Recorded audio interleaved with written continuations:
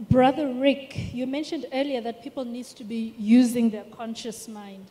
But what if I feel that I am trapped or already captured? Have I already lost my dignity? Have I already lost my money? Or can you give someone advice who already feels trapped? Okay, I'll use the blind Bartimaeus. You remember the blind Bartimaeus example I gave earlier on. When blind Bartimaeus is healed, okay, he goes out, he's saying, people are asking, are you the man? Are you the man? He says, yes, I am the man. And they called him.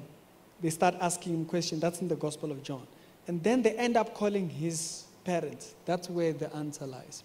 When they call the parents come in and they ask him, you say he's your son, and you say he was blind. What happened to him?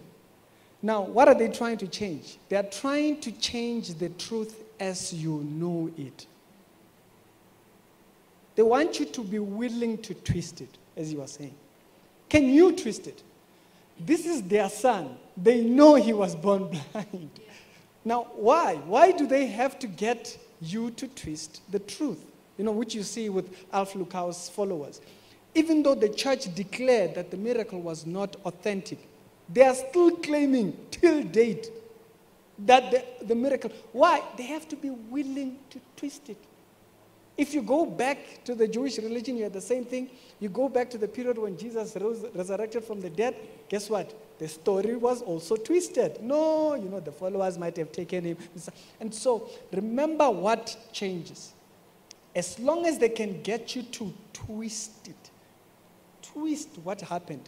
I remember when the pastor or the other member of the Pastor Lukau's thingy from Midrand left the church. He said, I have issues with him, but I can't tell you. Why?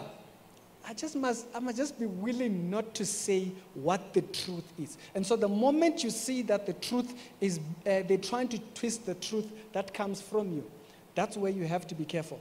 First of all, there's a verse that I want to just, lastly, there's a verse that I want us to remember with us when it comes to us dealing with these individuals who are stuck in these places. I think it's in Jude, which says, when you deal with these individuals, you have to be as one who is pulling these people out of fire. Careful, let me just quote it properly. I'm sorry for taking up time. Just let me quote it properly.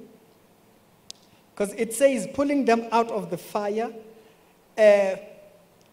Also careful of the garment that is spotted with the flesh. That is something that which goes with what he was saying. They are so concerned about materialism. So if you've lost material stuff, forget it.